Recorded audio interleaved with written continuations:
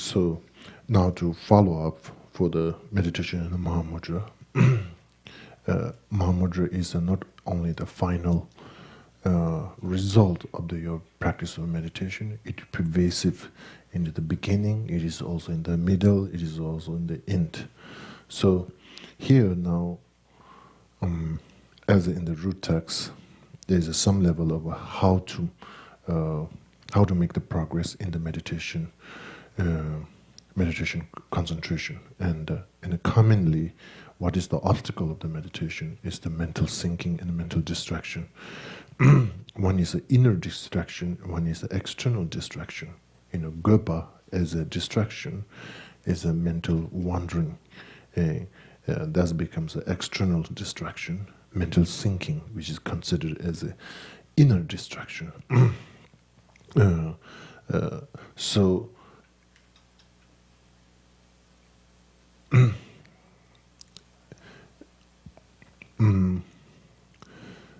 now, for those two,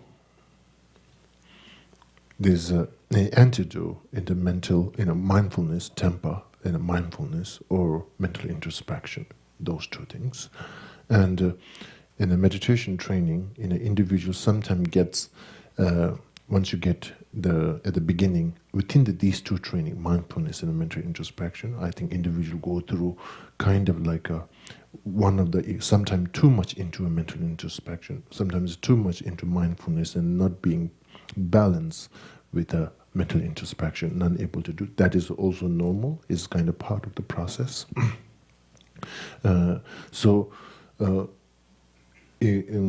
Within these two, to able to make the balance, you have to have a furthermore, deepening your training into the mindfulness.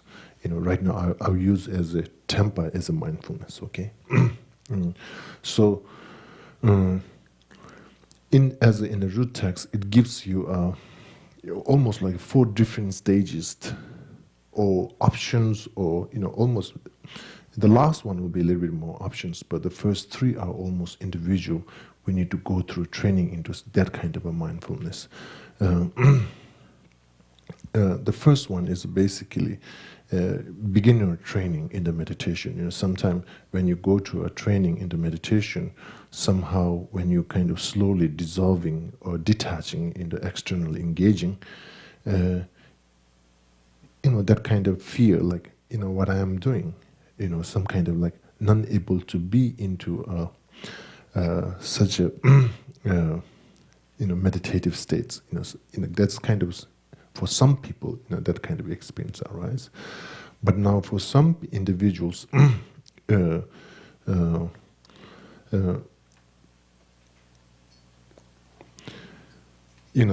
question comes at the beginning stage.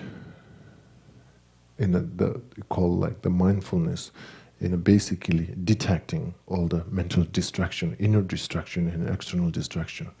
And what happens is at the beginning, it also advises that once you recognize, it is good to have an application of an antidote for it is from desire, or it is from hatred or frustrations, or kind of like recognizing the cause, and immediately application of an antidote will be, kind of like suggested. So beginner meditation is like you are nurturing from whole perspective.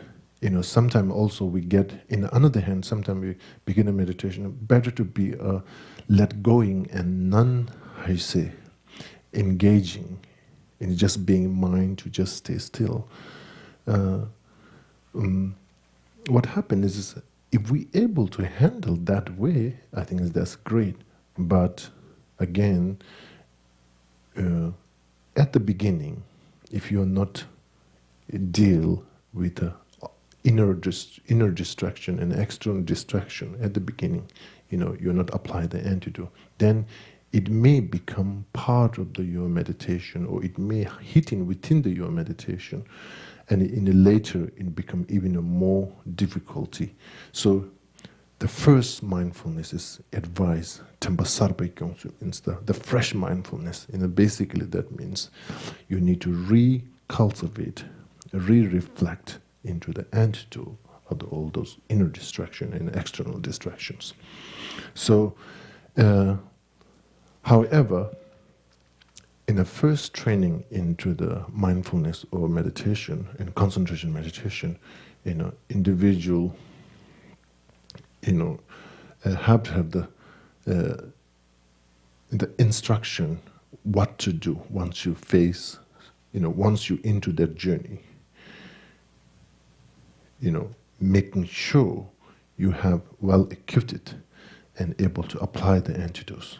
And it is again, when you apply the antidotes, you have to have some level of a discipline that you will not over-exaggerate or over-apply and getting on its own mindfulness of a distraction. So basically, within that fresh mindfulness, you are able to kind of very balanced approach. Not too much digging, not ignoring, acknowledging, and ready to respond. Right amount of your mindfulness was applied. Then again, able to go back into whatever concentration practice you are doing. And so that kind of tempa sabi kyongsu. For example, in our own concentration training, once we, we recognize that, kind of like almost impossible to able to keep into concentration, and there's one advice is look into why that kind of mind being so agitated, unable to accept or be still, and that's kind of antidote, applying some level of antidote or inspiration is his advice. So tempa sabi kyongsu. Now, once the individual kind of go through that process for a while, then later on, of course, in that process, not necessarily you are able to settle down your just inner distraction and external distractions, and not necessarily, but by time goes, there's a tempa nyingbe kyongsu, means basically you will not necessarily dealing with those individuals' inner distraction and external distraction, but before you start your meditation session, in the motivation level, you're kind of making powerful inspiration that not distracted by all the applications, the antidotes, and the mindfulness, and so on and so forth. Somehow, whatever conceptual thoughts coming up, you're willing to kind of like a non-distracted, and that kind of like a strong namdo chijom. Namdo chijom means, chi means is a generally, you're willing to kind of like overshadow. And that's the second one is, very attempting for meditation individual who wants to do a meditation, that you don't want to deal by individual, but that kind of like a general kind of motivation that whatever namdo toxic means, kind of like a disregarding inner distraction and external distraction, kind of that kind of approach. Again, that is so much depends into the power of your own intention and the determination before you go into the meditation. It's not just commitment and not just wish, not just kind of prayer, but it need to have some kind of almost individual need to be graduate from having trained into an individual antidote, trained into the applying an individual antidote. Although that process is also sometimes tough, but to able to go in the second level, namdo toxic, I think is very necessary. Now, for example, you might feel like, why? Like, to make an example, there's in the Gelug tradition, within the Gelug tradition, there's a meditation in emptiness. Sometimes it suggests meditation through the nature of the mind and that kind of approach. And there's a Jizun Sherab Singhi. Jizun Sherab Singhi is one of the Lama Tsongkhapa's direct disciple. And from his lineage, he, not that much advice going through meditation and emptiness through the nature of the mind, the Mahamudra approach. He won't, advise that much. From his approach, basically, first going through meditation in the impermanent, then second meditation going through meditation in the emptiness of self-sufficient, substantial existence, emptiness, empty of self-sufficient, substantial existence. Anyway, this is a very fancy word.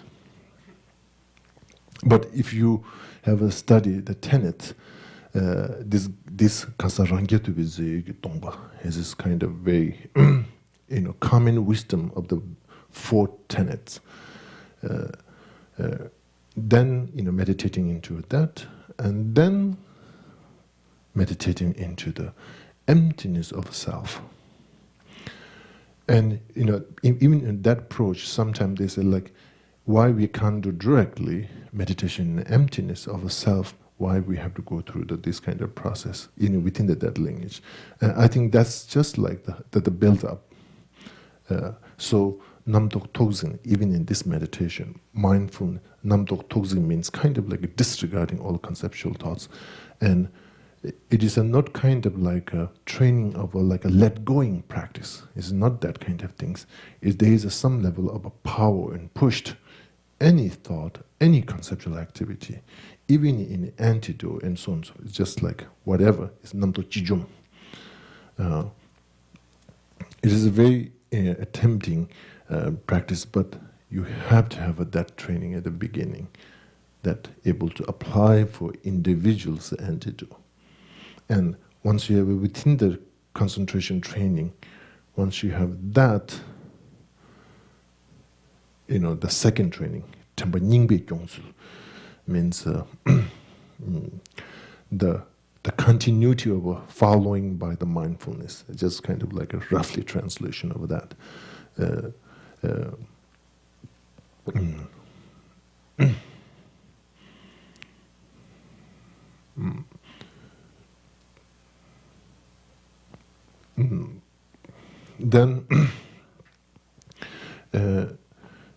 Then the third one is mindfulness related with the third one is called the Ransamgi Gyongsu.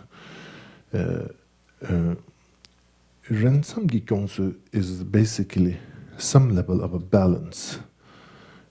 The second one is the Namtok Togzik is like a kind of very straightforward and kind of like a one extreme. And then through that it creates its own inner distraction. So the third one is a ransom, means the balance. Rampa means balance. Ransom means balance. So here, meditative practitioners,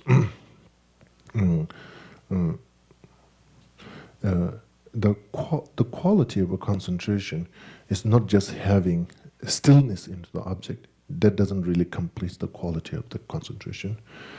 And also, clarity of object, whatever is appearing for the concentration mind, that also doesn't completes the quality of the concentration. Basically, for the subject mind, for that, it needs to have some level of alertness. Sometimes we can also, one time I have one friend, one nun, she also explained, she went through like 3-week, some kind of like a mindfulness meditation training. And at the outcome of that meditation, she just told me, she can let go some level of peacefulness there.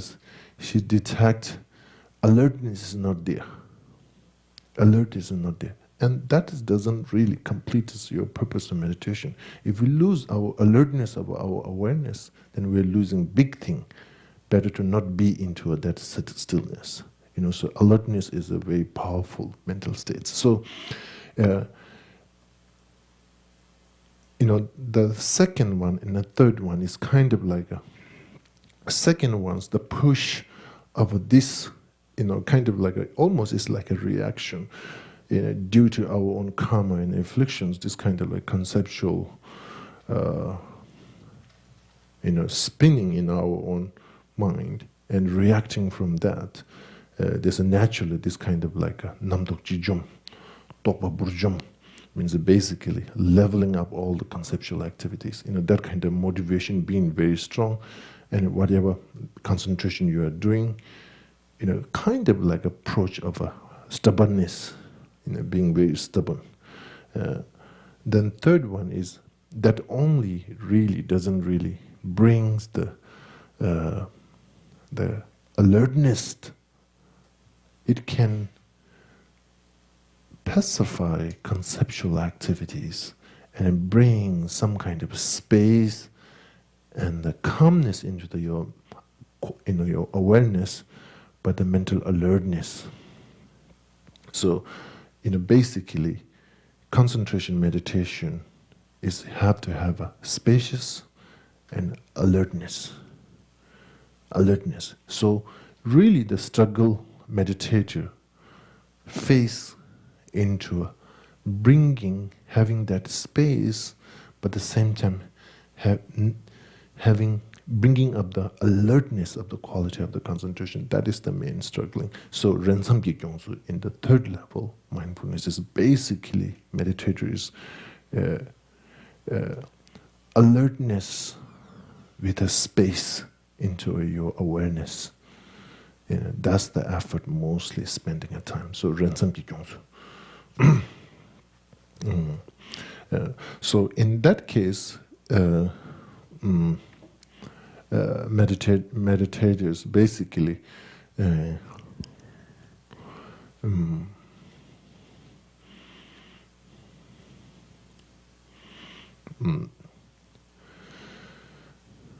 Duchetanyum they calls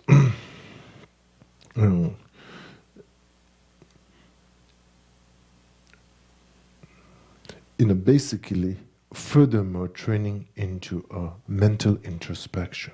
Okay, that quality of need to bring, but at the same time, what's happened is the minute that we kind of like apply or alertness, kind of awakening our mental introspection, again there's this kind of like a habit all the time want to fix, and that kind of like obsess behavior again becomes also inner distraction. And that's, I think, part of the process that happens. Minute that through the process, of course, you will gain your own strength and balance. But at the beginning, you have to create the space. Then naturally, you have to create the alertness of the concentration. To be able to do that, you have to go through the awakening the mental introspection.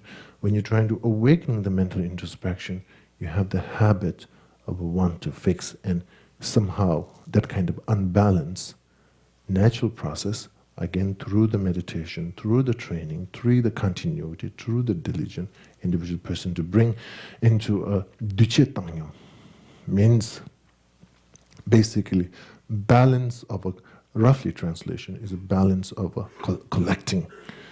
And so basically over here, still you are having alert, as a spacious into your awareness, but the keeping that alertness is the question comes, what is the alertness? Is the alertness, is it something that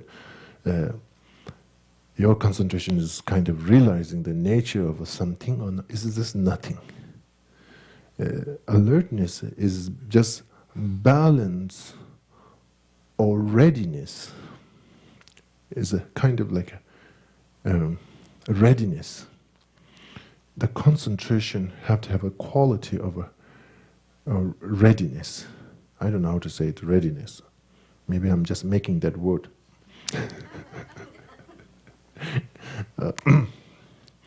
So here,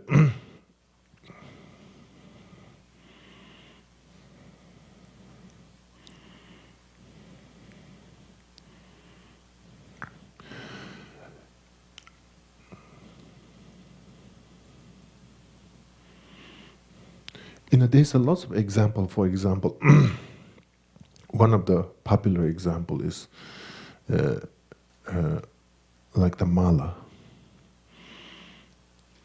If you don't hold, of course, you are not able to do your mantra recitations. If you hold too tight, you are not able to, move gently and. So as we hold the mala, there is some level of a balance. But at the same time, you are able to continue your mantra recitation, as you're reciting. Not you recite one mantra and you're sending 2 malas, but able to respond as you're supposed to be. So there is an activity of a movement and action still there, but without kind of like a uptight or uphold. In a similar way,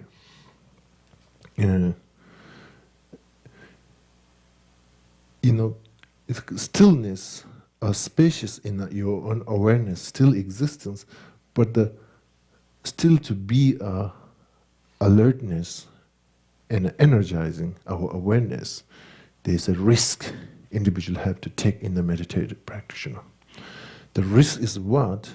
Is a minute that you're trying to alert or energize your awareness, it tends to, due to karmic imprints, you grasp, you roll, you exaggerate, you fabricate.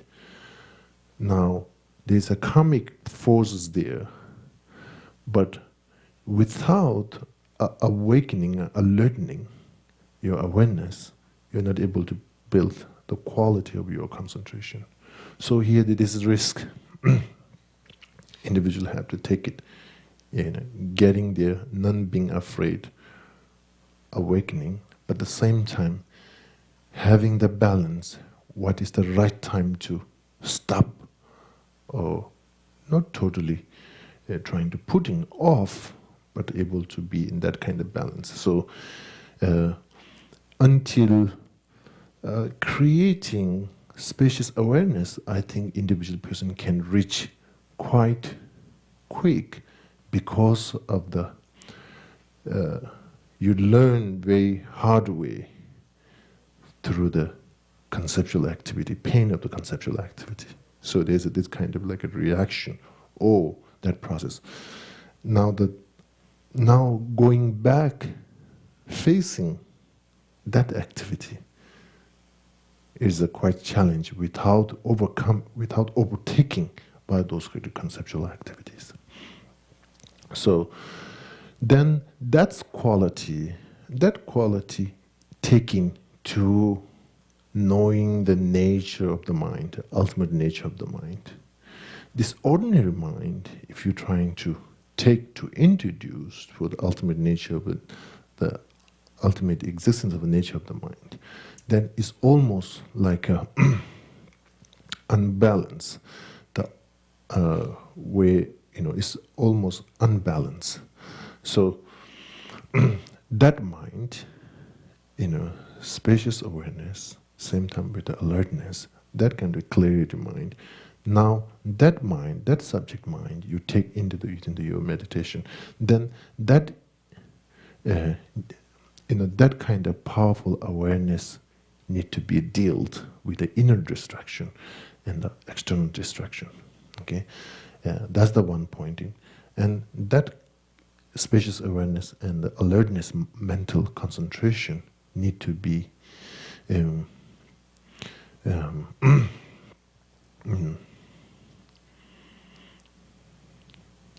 it is not considered as a lakdong at that moment, but however, it carries some kind of like a similarity function of a lakdong. Okay, similarity function as a lakdong. So basically, even to cultivate quality of a concentration, you have to have a wisdom support. It is not just wisdom, not I'm talking as a wisdom realizing emptiness, but the secondary mental factor, the function of the concentration and the function of the sherab, Thingism as a concentration and shut up as a wisdom. Not necessarily refer for the wisdom realizing emptiness, but the function is one is this kind of like a alertness, and one is very stillness. However, within these two kind of totally different function mental state, but Shine practitioner and Mahamudra practitioner, these two able to cooperate, able to function side by side, two different, totally different function. Similarly like our element. Each have its own different function, in almost contradicting function, but once they cooperated and work balance, as a human being, physically we become very healthy. In the same way, in the awareness quality, totally different function. But once a meditative practitioner able to bring these two quality together, just by creating spacious awareness, only becomes even losing memory. It may have some level of stillness there, but losing them even a memory, and this kind of dangers it advised it. So anyway, so here this kind of training.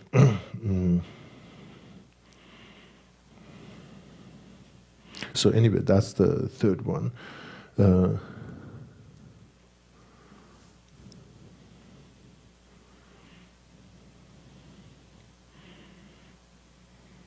One of the example of that balance concentration is usually common example is like the lamp. When it's very still, the radiation of that lamp is much more bigger.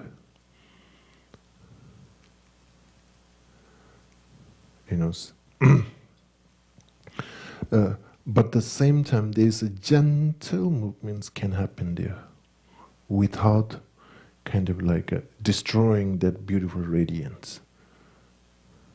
So basically, in that in a light or in a candlelight, I think that the clarity and the stillness are working together.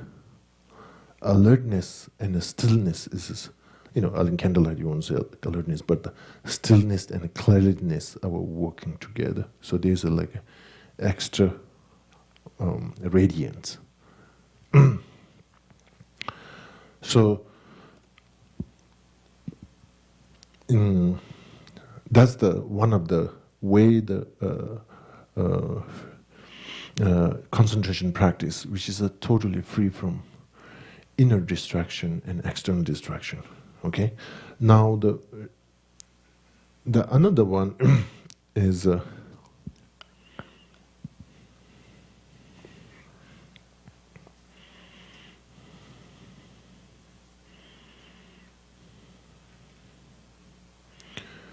Shantaki Tanyiki Gyongsul.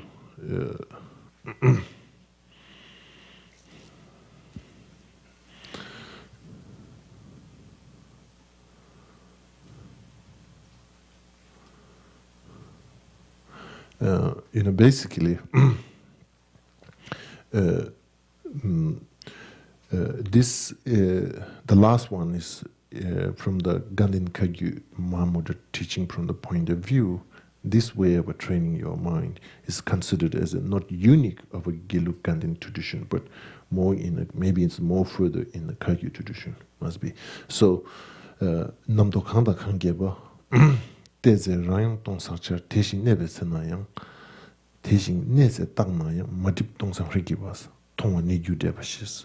So basically, we talked yesterday and this morning also that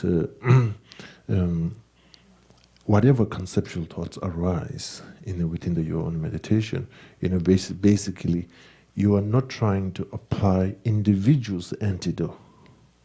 This, different styles is not suggest an advice to involving into individual antidotes at the beginning. At the beginning, it advised that, basically, you are not trying to ignoring all the conceptual activities, the inner distractions, but basically you are facing that inner distraction. Looking, not trying to let going, look at it, but not fabricating, not exaggerating, not trying to interpreting, not trying to edit. Look at it. So that's kind of like this is one advice. Not only that,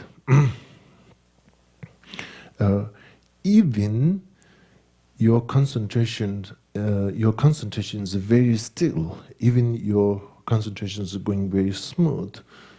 Even in that time, it advised to look into the concentration itself and look into the not just kind of like a feeling good about your stillness, but looking into that stillness. Then same activity, same behavior, same response, no exaggerating, no editing, no commentary, just able to look at it.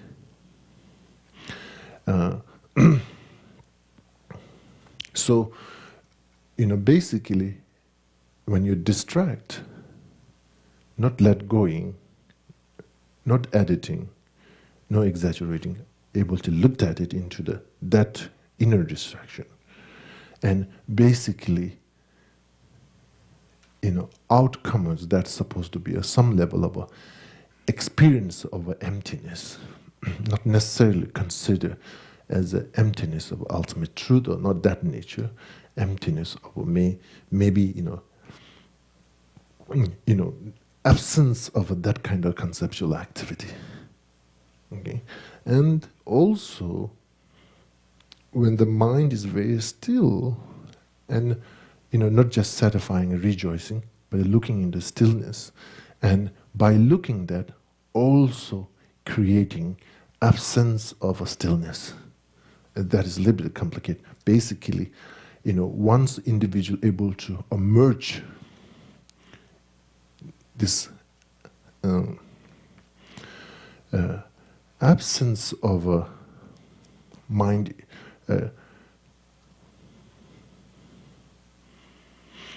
absence of a mind itself, but the mind itself still exists there. You're going through all the experience. So, basically, there's no any reflection experience. There's no any kind of like image or imputation, imagination, and nothing is there. So basically, in certain sense, it may be a kind of non-dual experience. But maybe this is also still advising in the beginning practitioner. So.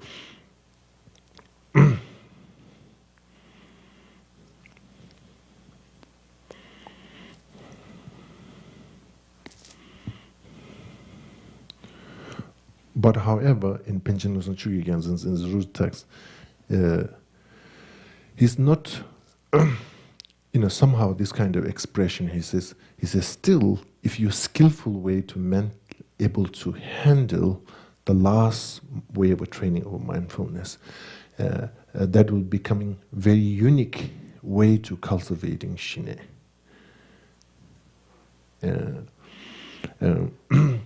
The reason why from the Panchen Losang Chugye is he's saying that is the last approach have a lot of space to falling the individual meditator into inner distraction, which is considered as I mentioned earlier, creating lots of spacious awareness, but losing the alertness of awareness. That's naturally there's a tendency of that, but skillful means you are able to handle, and it becomes a very powerful and way to approach into a Shine meditation, concentration practice.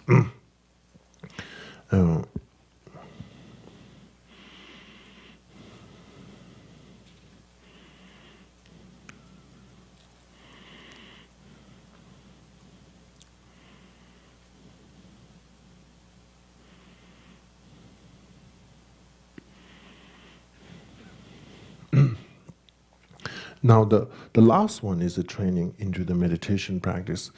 Some of my Zen practitioners have one one lady, she'd been a long time in Zen meditation training, and first she was also Tibetan Buddhism practice, and she's strong into the application for the antidote. And anything she arrives and she applied the antidote, and she kind of like very kind of this kind of diligent. If she feels sleep, then she trying to not to sleep whole night. That kind of extreme attitude, extreme meditator. So anyway, later she joined.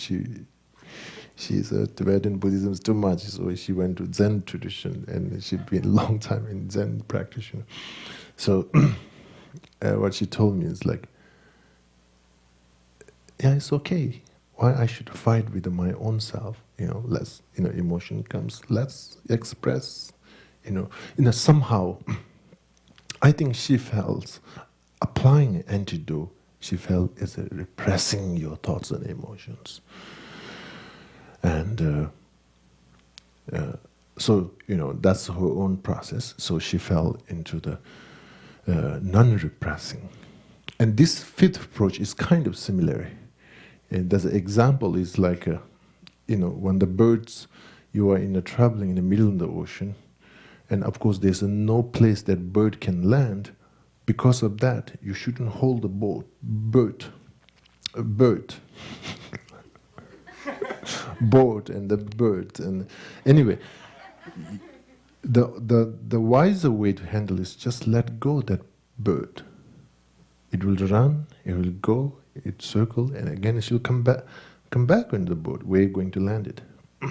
So in a similar way, in the meditation process, emotions and thoughts arising, don't do anything. Not looking for the nature and all that, everything just leave behind, and let kind of like a expressing, no repressing, that kind of similar idea, and of course.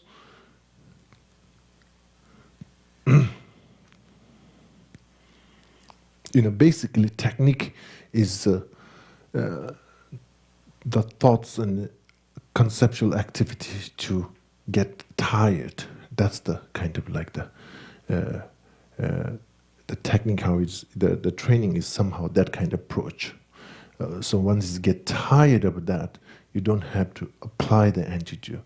Somehow you learn through the experience. So mind will naturally strengthen rather than applying lots of antidote. So this kind of approach is also the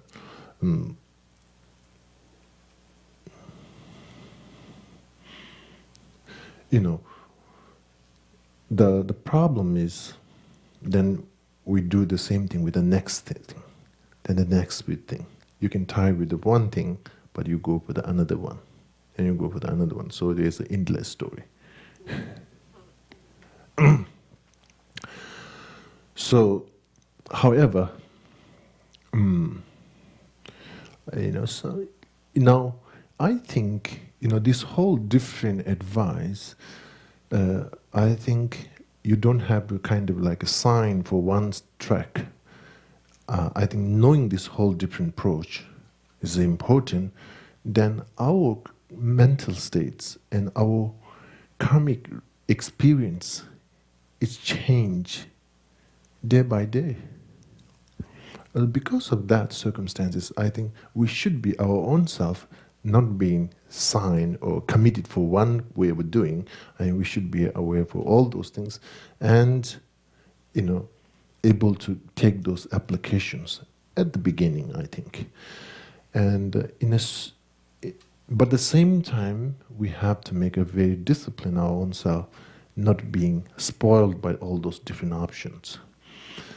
So in a certain time, you need to settle into one way to whatever be suitable for long term in your karmic result, and keeping that, and way to train from that.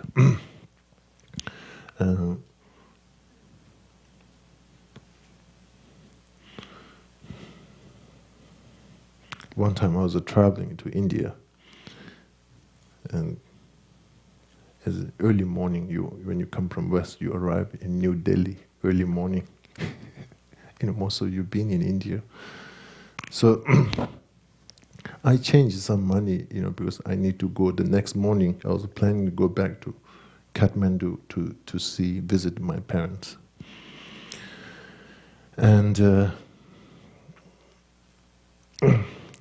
kind of changed a little bit money. Then came down to the hotel and I asked to him, I couldn't get airplane ticket, but next day, can you help me? And he said, no problem, I can help. And in India, you ask this, no problem, for everything is possible. I said, no problem, I can get you ticket tomorrow morning. Yeah, it's no problem. You make the ticket for tomorrow morning. And then he charged me quite a lot. And I told him, well, I just went to in airport. I changed those money, and you're taking me too much from this one. And then he said, show me the paper that you changed from it. Then I said, show them.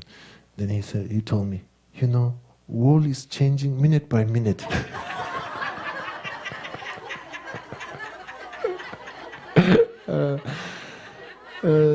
I just look at him and, okay, you win. I just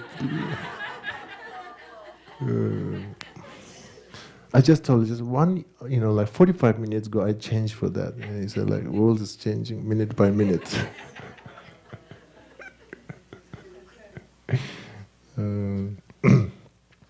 Okay.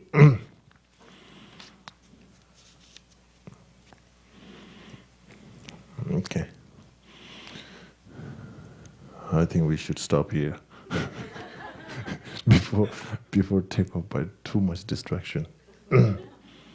Okay, so anyway, just rough whatever I know, and I think absolutely there must be some mistake, but however mistake is there, it's not intentionally made it, it's my own ideas, and as I mentioned earlier, there must be some mistake. You shouldn't need to take it literally, you need to check by your own self, study. There's a lot of Mahamudra teaching texts, and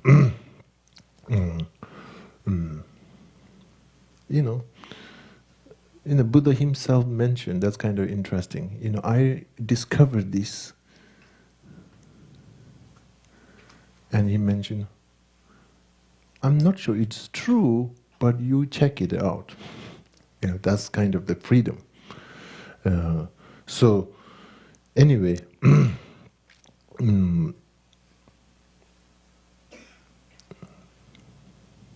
as I mentioned, last night, due to kindness or blessing of the Lama Yeshe and the Lama Zopa Rinpoche, somehow we are in this kind of like a spiritual journey. Now, important part is, I think, each of our own self never discrediting our own potentials,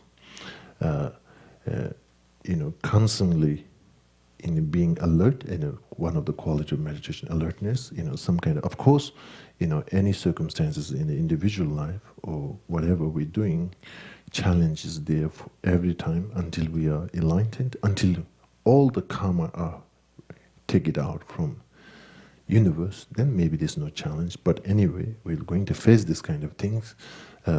I think now is very important to look at what can transform us, our own self. That's the one method. I think we need to draw as much possible from our own Dharma practice. Once everything's perfect, no problem, everything's good. Anybody can do that kind of Dharma. And Dharma, which is really the actual Dharma, is basically when we face into our vulnerable situation time. And that time, our Dharma, we need to take refuge into our own Dharma, our own learning, our own experience. That's one of the, I think, the key thing. Then another thing is, we might have our own karmic resolve behavior. And these behaviors, basically, we are not able to put a break immediately within this lifetime, but however, cultivating mindfulness and in some way to our potentials, if we're able to invest into a really greater purpose, more wider purpose, or even within the putting into your own dedications, I think it's a really powerful. And then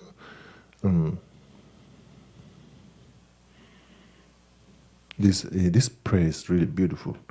I think one of the Dalai Lama, I think the second Dalai Lama, Chiri Luchinkun la Kadingum means basically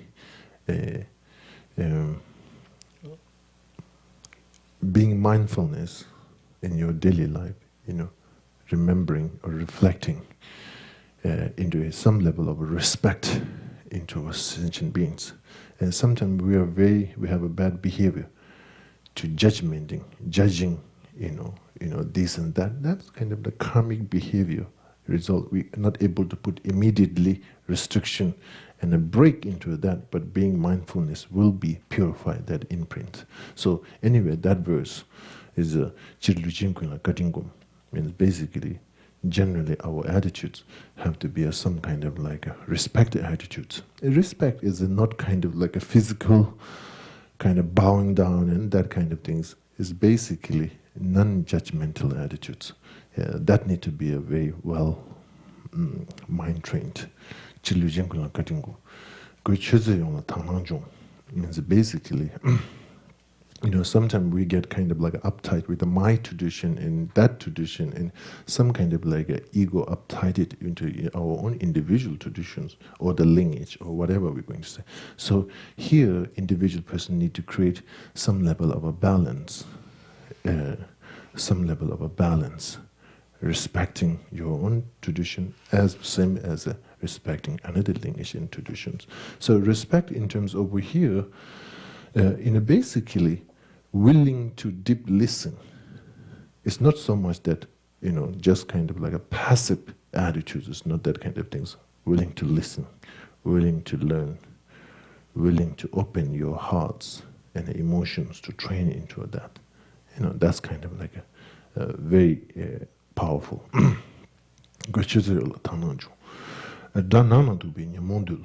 So this verse saying that what you need to be challenged and be, kind of like a face is your own inner ego or afflicted mind, and that is the way you need to be strong and straightforward. So,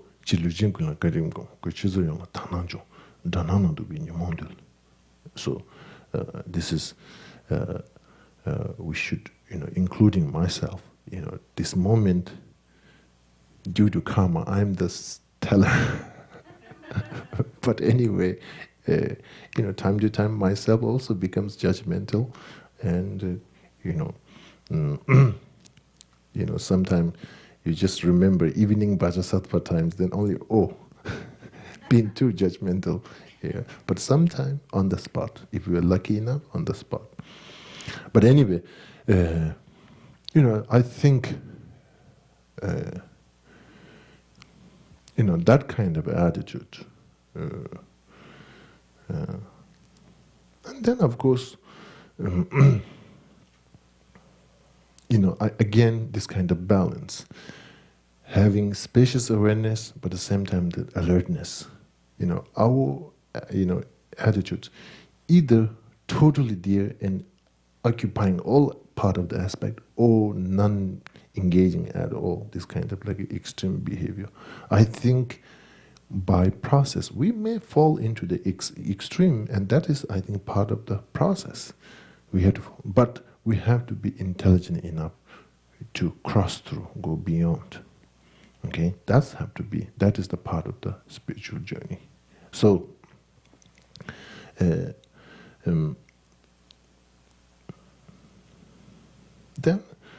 skillful means, that's, I think, a really powerful training. Skillful means It's not so much that eloquent and way to doing things. I think inner balance is the skillful means. Once your inner balance, basically emotion and your own thoughts and emotions, once you're able to be formed, any circumstances, you are not easy to knock out. And that is the skillful means, I think. It's not a kind of like you've been stubbornness. It's basically, it's like the, in a popular example, like the bamboo. No matter how much powerful wind comes, it can still not knocked out very easily. You can able to go through the process. So anyway,